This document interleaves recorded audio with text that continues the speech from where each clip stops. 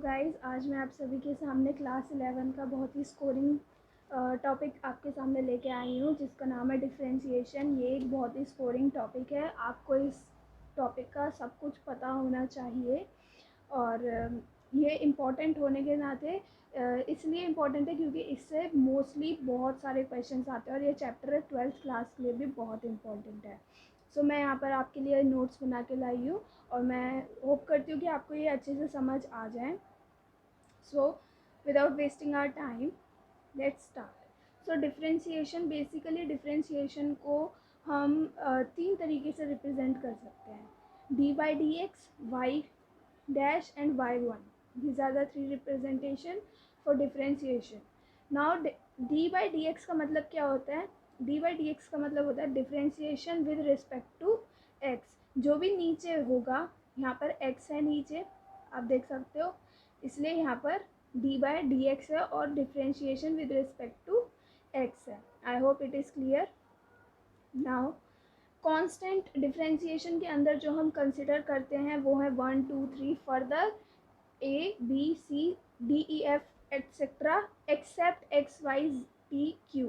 जो भी X, Y, T, Q इन तीनों को T और theta, it's not Q, it's theta. So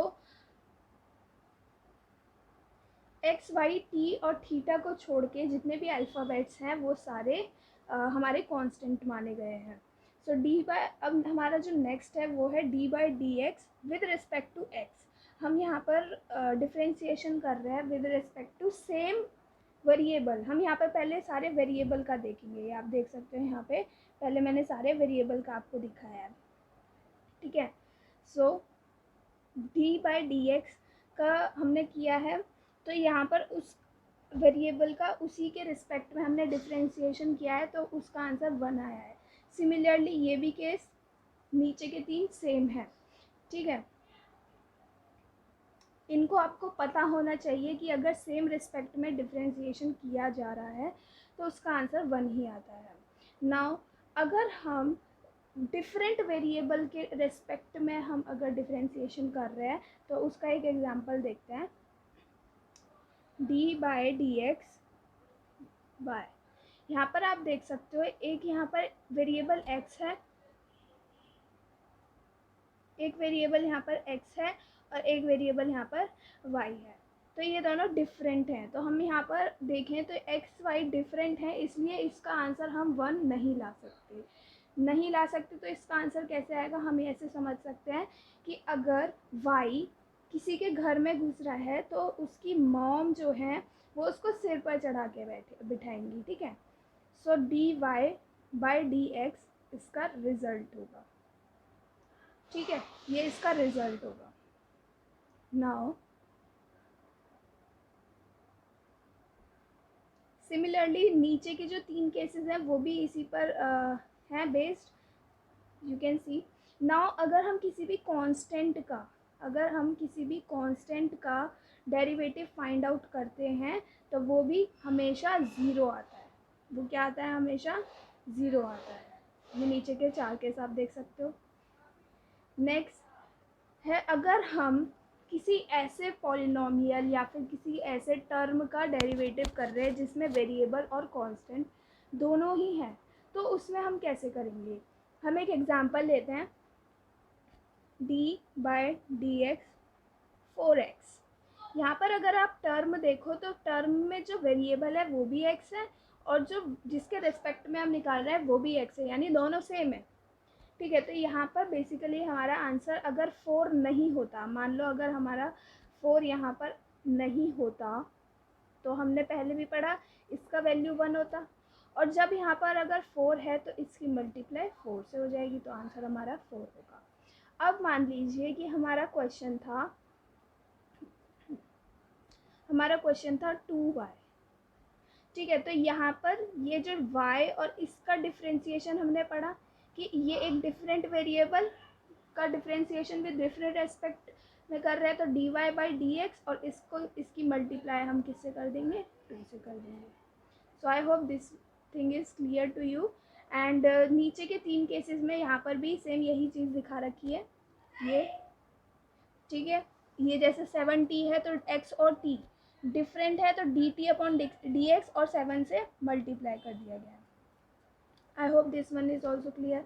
now अगर हमें किसी टर्म के ऊपर पावर लगी है और इसका डिफ्रेंसिएशन करना है, इसका डिफ्रेंसिएशन करना है तो सबसे पहले इसका हमारे पास एक फॉर्मूला होता है जिसमें पावर पहले आ जाती है और वो उस वेरिएबल से मल्टीप्लाई होती है और पावर में से 1 हम माइनस कर देते हैं। ठीक है, तो ये हमारा आंसर हो गया। मान लीजिए हमारा जो टर्म है वो है d/dx root x. So root x को हम लिख सकते हैं d/dx x 1/2। ओके, सो इसको अगर फॉर्मूले को पुट करें हम अंदर तो 1/2 x 1/2 माइनस 1, ये -1 है। ठीक है, और अगर हम इसको फर्दर सॉल्व करें तो 1/2 x माइनस 1/2, और इसको हम फिर फर्दर लिख सकते हैं 1/2 x raise to the power 1/2, 1/2 x raise to the power 1/2। ठीक है, तो ये था हमारा रूट x का derivative. Okay, I hope this is also clear to you all.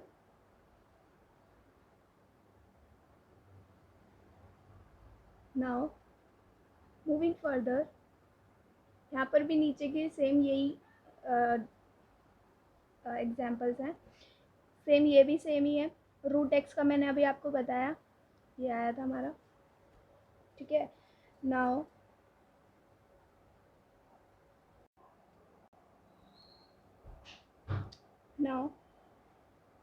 यहाँ पर नेक्स्ट है हमारा लॉग एक्स। लॉग एक्स का कंसेप्ट है हमारे पास। सो लॉग एक्स का जब भी हम डेरिवेटिव फाइंड आउट करते हैं तो उसका आंसर हमेशा 1/x आता है। अगर लॉग एक्स स्क्वायर होता तो 1/x स्क्वायर हमारा आंसर होता।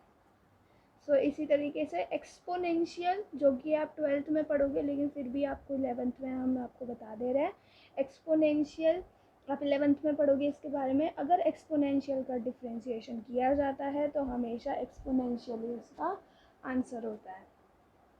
अब जब भी log 4x है, जब यहाँ पर देखो तो 1, ये इस 4x को हम मानेंगे x। एक मिनट, इस 4x को हम क्या मानेंगे, इस 4x पूरी टर्म को x माना, और इस x का अगर इसको x मानेंगे तो इसका अगर डिफ्रेंशिएशन करेंगे तो आएगा 4। ठीक है, इनटू log x का जो होता है डिफ्रेंशिएशन वो होता है 1/x, सो 1/4x।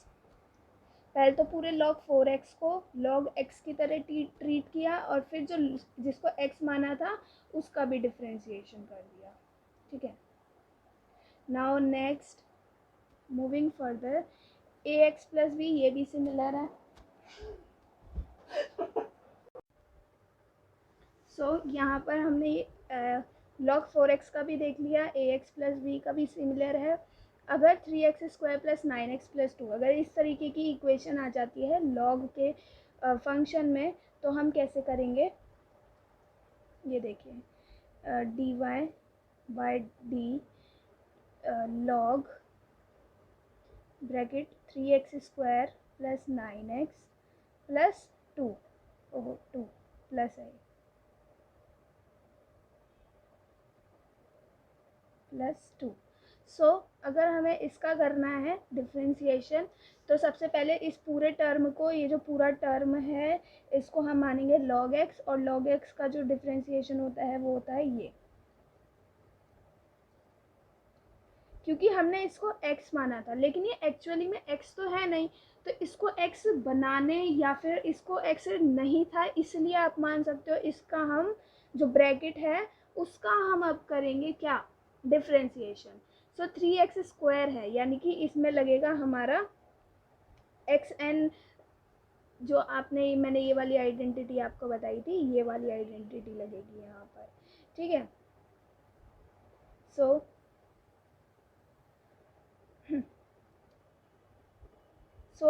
3 × 2 एक्स 2 - 1 + 9 × 1 और 2 कांस्टेंट है तो इसका जो डिफ्रेंसिएशन होगा 0। सो 6x 1 और आप लिखो ना लिखो ज़रूरी नहीं है +9। सो हमारा फाइनल आंसर जो होता वो होता हमारा 1/3x² + 9x + 2 और ऊपर 6x + 9। ये हमारा फाइनल आंसर होता है। ये हमारा बेसिकली डिफ्रेंसिएशन होता, ठीक है। सो मैं सबके एग्जांपल ले लेके आपको बता रही हूँ। नेक्स्ट ये भी इसी तरीके से होगा, इसमें लेकिन लॉग नहीं लग रहा, तो इसमें हमने 1 करके ये पूरी टर्म भी नहीं लिखी, ठीक है, क्योंकि लॉग फंक्शन इसमें नहीं था। हर तरीके के एग्जांपल्स यहाँ पर आप देख सकते हो। e⁻3x अगर किसी भी एक्सपोनेंशियल का अगर डिफ्रेंसिएशन होता है तो वो वही होता है, ठीक है, वही होता है। लेकिन यहाँ पर x नहीं था ऊपर, तो इसको x नहीं था इसलिए जो इसको x की तरह ट्रीट किया था उसका भी डिफ्रेंसिएशन करेंगे, जो कि आएगा ये, जो कि आप आंसर देख भी सकते हो, ये रहा, ठीक है।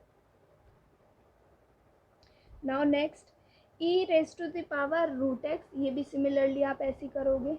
ये आपको याद करने पड़ेंगे, ये जो मैं हाईलाइट कर रही हूँ ये आपको याद करने पड़ेंगे कि sin x का डेरिवेटिव cos x का minus sin x, tan x sec² x, sec x into tan x, cot x minus cos x² x, cos x minus cos x² x into cot x, sorry minus cosec x into cot x।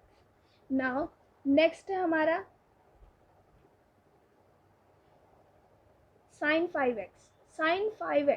sin x हमें पता है cos x होता है, हाँ लिख दिया cos x, क्योंकि cos x था, देखो sin x का होता अगर तो हम लिख देते सिंपली cos x है, लेकिन sin 5x है तो डेरिवेटिव भी cos 5x होगा। और इस x को, इस 5x को हमने x की तरह ट्रीट किया, जबकि ये x नहीं था, इसलिए 5x का भी डिफ्रेंसिएशन होगा, जो कि होगा 5। तो आंसर होगा 5 cos 5x, ये हमारा आंसर होगा, ठीक है। हर एक एग्जाम्पल से मैंने आपको बताने की कोशिश की है। Next cos x raise to the power 4। सो cos x का होता है माइनस साइन x, और x raise to the power 4 का सिमिलरली जो मैंने आपको फॉर्मूला बताया था वो ऐसे हो जाएगा, ठीक है। देन dy/dx sin√x, ठीक है, इसका भी सिमिलरली ऐसे ही होगा। तो यहाँ पर अब आ जाते हैं हम अपने वीडियो के एंड पर, ठीक है। So I hope you get all the knowledge. Thank you for watching this video. Do like, share and subscribe my channel as soon as possible. Thank you.